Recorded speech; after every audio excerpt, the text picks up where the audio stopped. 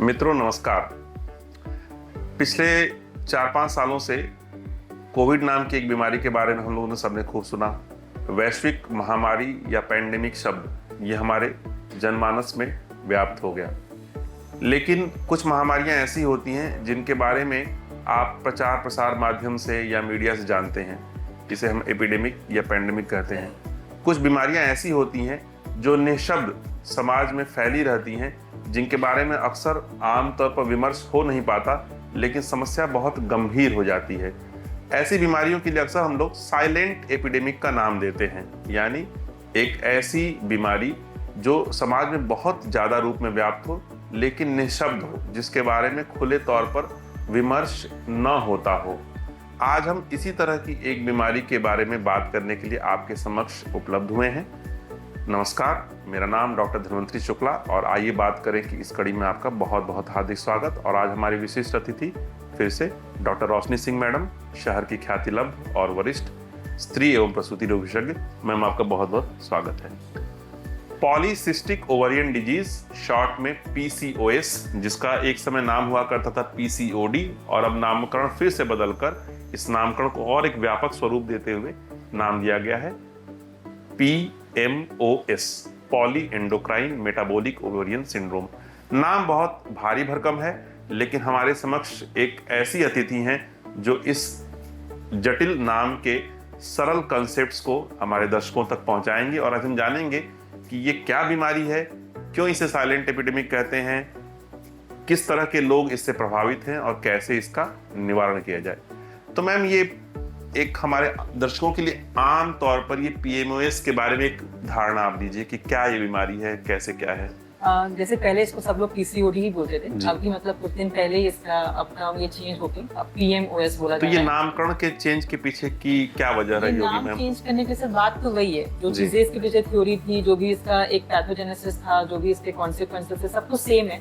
But क्योंकि PCOD उस चीज को पूरी तरह से थोड़ा सा मिसडायग्नोज और लोग इसको मिसअंडरस्टैंड कर लेते हैं जी। नाम में है पॉलीसिस्टिक ओवेरियन सिंड्रोम, तो लगता है कि ओवरी में एक सिस्ट है। बिल्कुल। और बात यहीं तक खत्म हो जाती है कि ओवेरियन प्रॉब्लम है, कुछ फर्टिलिटी में अफेक्ट करेगा, मेंस्ट्रुअल इरेगुलरिटी करेगा, बस इतना ही। किसी के 2 बच्चे हैं, फर्टिलिटी कंप्लीट हो गई है, तो उन्हें लगता है कि फिर मुझे अगर PCOS है भी तो कोई फर्क नहीं पड़ता, मुझे ये अफेक्ट नहीं कर रहा है। बट इसलिए इसको दूसरा नाम जो दिया गया है poly endocrine metabolic ovarian syndrome, बताता है कि ये हमारी बॉडी में ओवरी में शुरू तो होता है ये प्रॉब्लम, लेकिन ये पूरे बॉडी को अफेक्ट करती है जी। ये हमारे बॉडी में बहुत सारे हार्मोन्स को, हमारी बॉडी के मेटाबॉलिज्म को अफेक्ट करती है, जिसकी वजह से आने दो बॉडीज में हमारे इंसुलिन रेजिस्टेंस होता है, हमारी ओबेसिटी होती है, मेंस्ट्रुअल इरेगुलरिटीज तो होती ही हैं, फर्टिलिटी को ये अफेक्ट करता है। बट साथ में इसके लॉन्ग टर्म कॉन्सिक्वेंसेस भी हैं, जैसे कार्डियोवास्कुलर रिस्क फैक्टर्स, इसमें उसका एक रिस्क बढ़ता है, टाइप 2 डायबिटीज मेलाइटिस का रिस्क बढ़ता है,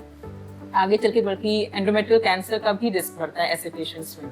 तो इसलिए हमें समझना जरूरी है कि केवल ये एक गायनेकोलॉजिकल प्रॉब्लम नहीं है, इसमें पूरे बॉडी का मेटाबॉलिज्म और बहुत सारे हार्मोन्स अफेक्ट होते हैं, तो इसलिए इसको PCOS से PMOS बहुत बढ़िया बोला मैम आपने। यानी बीमारी का स्रोत तो ओवरी है, लेकिन शरीर का कोई भी अंग या कोई भी सिस्टम इससे अछूता नहीं है, इसलिए इस नामकरण को और व्यापकता देने की जरूरत थी। भारतवर्ष में ये कितना ज्यादा आम है मैम? ये पहले कुछ साल पहले की बात की जाए तो ये इतना कॉमन नहीं था, लोग इतना इसको लेके प्रॉब्लम आ नहीं रहे थे। लेकिन अब हम कहें मोटा मोटा तो हर 10 औरतों में जो रिप्रोडक्टिव एज होता है 15 से 45 साल की उम्र के बीच में, तो हर 10 लोगों में से किसी एक महिला को ये PCOS होता है। बहुत बड़ी संख्या है मैम। भारत की आबादी लगभग 1.5 अरब की है। औरतों को आधी आबादी कहते हैं, यानी अगर हम माने कि भारत में 75 करोड़ औरतें हैं और इन 75 करोड़ औरतों में जो रिप्रोडक्टिव एज ग्रुप में यानी 15 से 45 में अगर आधी औरतें भी हुई और उनका 1%, फिर भी ये संख्या करोड़ों में जाती है। तो इस तरीके से ये एक बहुत ही व्यापक समस्या हो गई।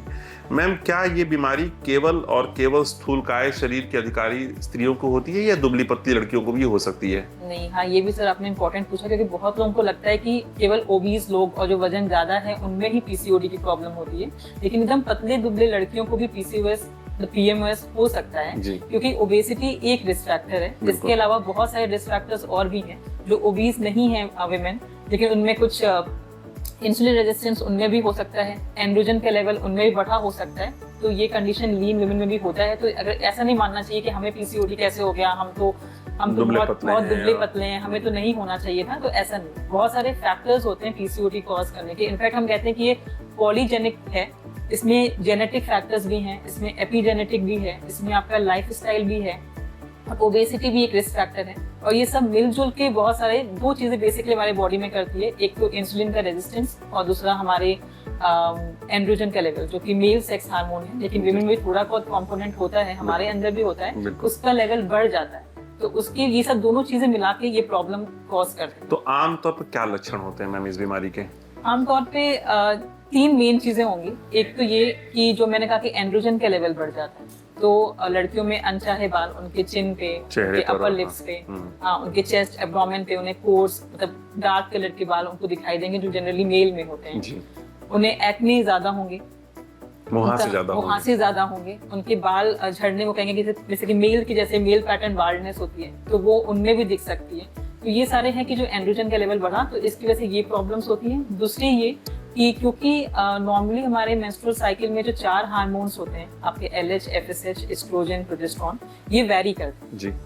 अगर इनका वेरिएशन कम हो गया, ये एक स्टेडी लेवल पे आ गए और इतना वेरी नहीं कर रहे हैं, तो क्रोनिक एनोवुलेशन हो जाता है। मतलब हमारे मेंस्ट्रुअल साइकिल में जो ओव्यूलेशन होता था वो नहीं होता है। तो वो नहीं हो रहा, तो एक तो हमारे पीरियड्स तो एक 30 डेज में या फिर 1 महीने में आने वाले हैं, वो पीरियड्स 2 महीने 2.5 महीने पे आएंगे, वो एक इरेगुलरिटी मिल जाएगी हमें। और दूसरा, इससे इनफर्टिलिटी भी हो सकती है। प्रत्यक्ष एक इनफर्टिलिटी पर एक प्रत्यक्ष उसका प्रभाव पड़ना तय है। अगर ओव्यूलेशन ही नहीं होगा तो नेचुरल सी बात है कि फर्टिलिटी पर प्रभाव तो पड़ेगा। ये चीजें हैं, ये चीज लेके पेशेंट अगर आते हैं तो तीसरा एक हम बोलते हैं कि अल्ट्रासाउंड हमने कराया और उसमें हम देखते हैं कि ओवरी में बहुत छोटे छोटे फॉलिकल्स बने हुए हैं। मतलब बेसिकली हम कहते हैं कि ये पॉलीसिस्टिक है, वो कोई सिस्ट नहीं होते, फॉलिकल्स का ग्रोथ नहीं होता, एंड्रोजन की वजह से वो अरेस्ट हो जाता है उनका ग्रोथ। तो हमें बहुत मल्टीपल फॉलिकल्स वहाँ दिखाई देते हैं। अच्छा। और हम कहते हैं किसी एक भी ओवरी में अगर 20 से ज्यादा फॉलिकल्स हमको मिलते हैं तो हम वो कहते हैं PCOM, पॉलीसिस्टिक ओवेरियन मॉर्फोलॉजी।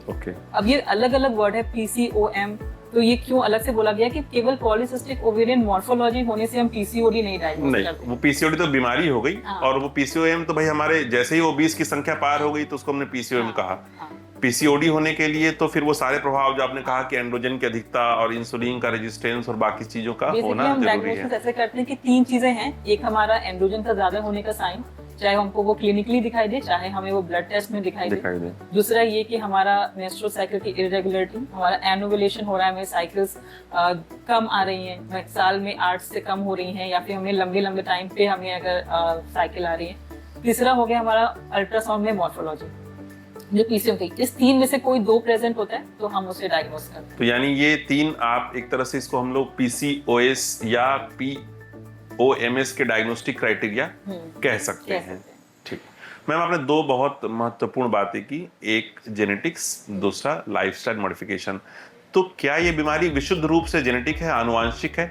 नहीं, ये जेनेटिक इसका कंपोनेंट है इसमें सर। ओके। क्योंकि अगर आपके घर में, आपके फैमिली में किसी को है PCOS फर्स्ट डिग्री रिलेटिव में, तो आपके होने के चांसेस बढ़ा देता है इसको। अच्छा। तो वो चीजें तो बढ़ जाएंगी, लेकिन हम कहते हैं इसमें एपिजेनेटिक का भी रोल है। तो बेसिकली एपिजेनेटिक क्या होता है कि आपके जीन्स को ऑन एंड ऑफ करने का एक कह सकते हैं केमिकल टैग्स होते हैं। ठीक। कि जीन तो आपके बॉडी में है, लेकिन वो एक्सप्रेस कैसे करेंगे उसको, वो एपिजेनेटिक उसका रोल होता है। उसको तय करने का एक मैकेनिज्म है। एक मैकेनिज्म। और एपिजेनेटिक आपके जो फैक्टर्स हैं उसको अफेक्ट करता है आपका न्यूट्रिशन, आपका लाइफस्टाइल, आपका स्ट्रेस लेवल, आपका हार्मोन्स लेवल, आपका बिहेवियरल पैटर्न जो आपका है।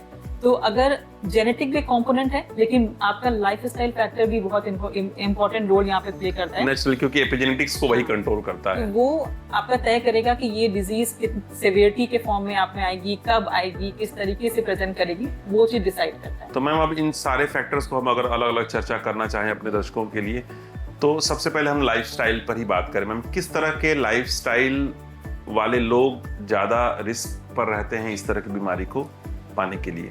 तो जो सर इसका जो इंसिडेंस बढ़ रहा है वो बेसिकली इसीलिए बढ़ ही रहा है क्योंकि पहले क्या था कि विमेन के पास घर पे बहुत सारे, घर पे ही कपड़े हाथ से धो रहे हैं। बिल्कुल। आप खाना भी बना रहे हैं तो उसके लिए बहुत अच्छा वैसी फैसिलिटी नहीं है किचन में आपको। मतलब बहुत सारे काम होते थे जो बहुत अब सिंपलर हो गए कि अब वॉशिंग मशीन है, अब डिश वॉशर है, अब किचन भी बहुत आपको खड़े होकर आराम से कुक करना है। बिल्कुल। फिर बच्चे भी हैं, आपको ज्यादातर स्टडी पे फोकस कर रहे हैं, ट्यूशन क्लासेस जा रहे हैं, और टाइम मिला तो वो एक इंडोर गेम्स हो गया उनके लिए, स्क्रीन टाइम भी उनका बढ़ गया है, तो आउटडोर गेम्स बहुत तरह से कम हो गया है।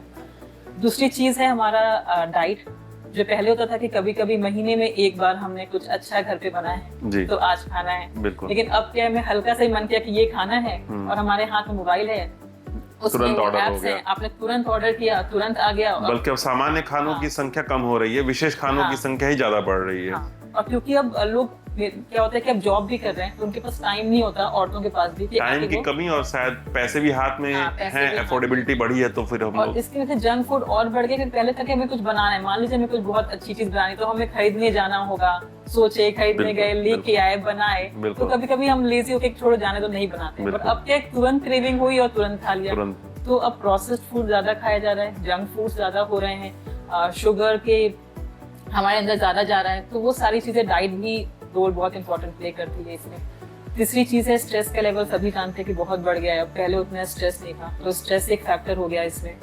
तो हमारा न्यूट्रिशन, हमारा जो फिजिकल एक्टिविटी कम हुई है, हमारा स्ट्रेस का लेवल बढ़ा है, तो ये सारी चीजें हमें। स्ट्रेस कितना इंपॉर्टेंट है मैम इसमें? सर स्ट्रेस इसलिए इंपॉर्टेंट है क्योंकि हमारा जो HPO एक्सेस होता है, हाइपोथैलेमस, तो वो हमारा ब्रेन ओवरियन एक्सेस, बिल्कुल, तो हमारा हम कोई भी स्ट्रेस फैक्टर लेते हैं तो जो भी हार्मोन्स, तो उसकी वजह से इफेक्ट होगा ही, और सब कुछ हार्मोन्स का ही खेल होता है जो यहाँ पे होता है। आपके हाइपोथैलेमस से निकल रहा है, आपके पिट्यूटरी से निकल रहा है, आपके ओवरी से निकल रहा है, तो स्ट्रेस का बहुत इंपॉर्टेंट रोल होता है, सारे हार्मोन्स को वो इफेक्ट करता है। तो इसलिए एक तरह से कहें तो आधुनिकता के नाम पर सेहत के जिन पैमानों की हम लोगों ने बलि चढ़ा दी है, ये PMS की जो एक साइलेंट एपिडेमिक है, उसी का एक क्लासिकल उदाहरण है। ये बीमारी क्या क्योरेबल है मैम या ट्रीटेबल है? क्या इसको हम जड़ से खत्म कर सकते हैं, या कुछ हद तक इसके साथ तालमेल बैठाकर जीवन में आगे बढ़ना ही हमारे पास एकमात्र विकल्प है? तो ये तो बहुत इंपॉर्टेंट चीज है कि PCOS, PMOS, तो हम लोग आदत डाल रहे हैं PMOS, अब वही नामकरण किया जाएगा। ये क्योरेबल नहीं है, ये मैनेजेबल है। इसको हम लोग, ऐसा नहीं है कि आप हमारे पास आए, हमने कहा चाहिए 2 हफ्ते की दवाई आप खा लो सही हो जाएगा, या 3 महीने की हम दे रहे हैं आप खा लो ये सही हो जाएगा, ऐसा नहीं है। और इसके साथ हम ये भी बोलते हैं पेशेंट को कि आपको एज अ पेशेंट नहीं आना है, आपको ये समझना है कि इस ट्रीटमेंट में आप एक पार्टनर है हमारे, क्योंकि हमने तो आपको दवाई लिखी, हमने आपको बताया, हमने आपको समझाया कि आपको ये लाइफस्टाइल मॉडिफिकेशंस आपको लाने हैं, जो सुनने में बहुत आसान लगता है कि खाने पाने, करने में उतना ही कठिन लगता है, करने में तो उतना ही डिफिकल्ट है, लोग नहीं कर पाते। Easier said than done, बिल्कुल। तो जब तक आप वो नहीं करेंगे तब तक आप उसको, एक लाइफ टाइम की चीज हो गई, आपको लाइफ टाइम इसको मैनेज करके चलना है। तो हम PCOS बहुत बड़ी बीमारी नहीं है, लेकिन इसको अगर आप छोटी मोटी चीज का ध्यान रखेंगे तो लाइफ में आने वाली प्रॉब्लम जो हमें पता है कि ये आ सकती है, ये आ सकती है, वो टाइम से मैनेज हो जाएगी, ये चीज हो सकती है।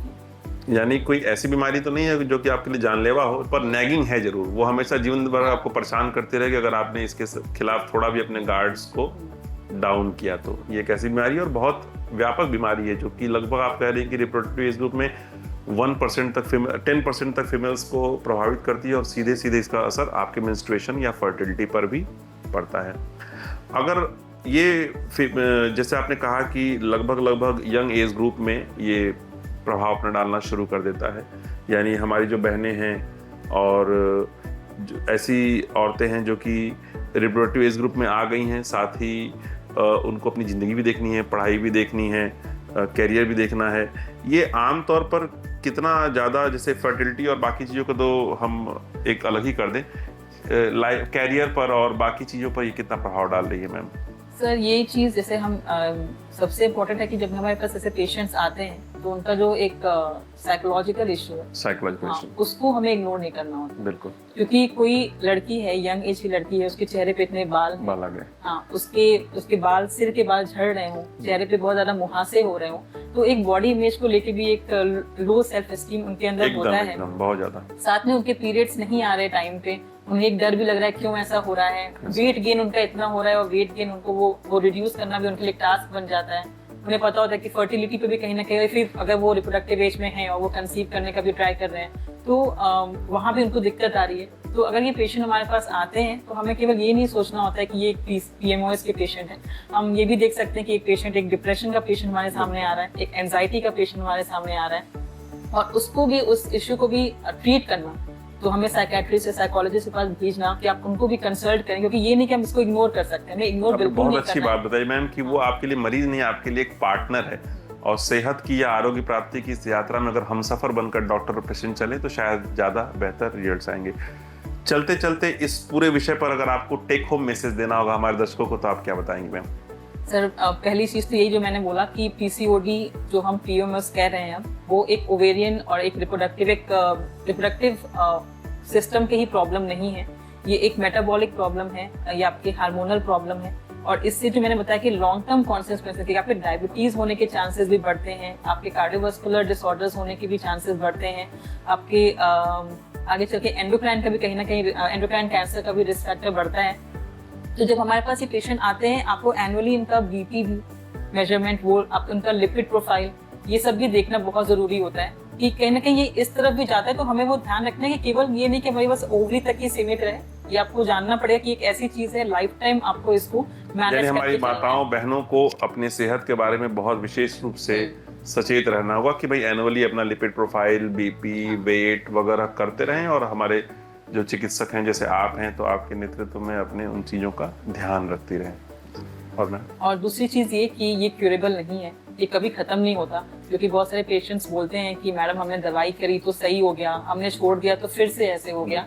तो ये उनको समझना पड़ेगा कि इसकी कोई क्योर नहीं है, ये कोई तरह से जड़ से हम खत्म नहीं कर सकते, क्योंकि पॉलीजेनेटिक भी है, बिहेवियर भी है, मेटाबॉलिक भी है, मेटाबॉलिज्म पर कहाँ खत्म कर सकते हैं? हाँ, बहुत सारी प्रॉब्लम्स इसमें वो एक इंटरलिंक्ड होता है। तो आप उसको पूरा खत्म नहीं कर सकते, लेकिन आप अगर थोड़ी सी छोटी मोटी चीजें, तो हेल्दी लाइफस्टाइल अगर आप उसको अपनाएंगे और उसको ध्यान रखेंगे, और तो फिर ये चीज बहुत हद तक मैनेजेबल हो सकती है। आइए बात करें कि इस मंच पर आपने समय दिया मैम, इसके लिए बहुत बहुत हार्दिक अभिनंदन आपका। हम लोग इसी तरह से सेहत से जुड़े समसामयिक और ज्वलंत मुद्दों पर आपसे मिलते रहेंगे।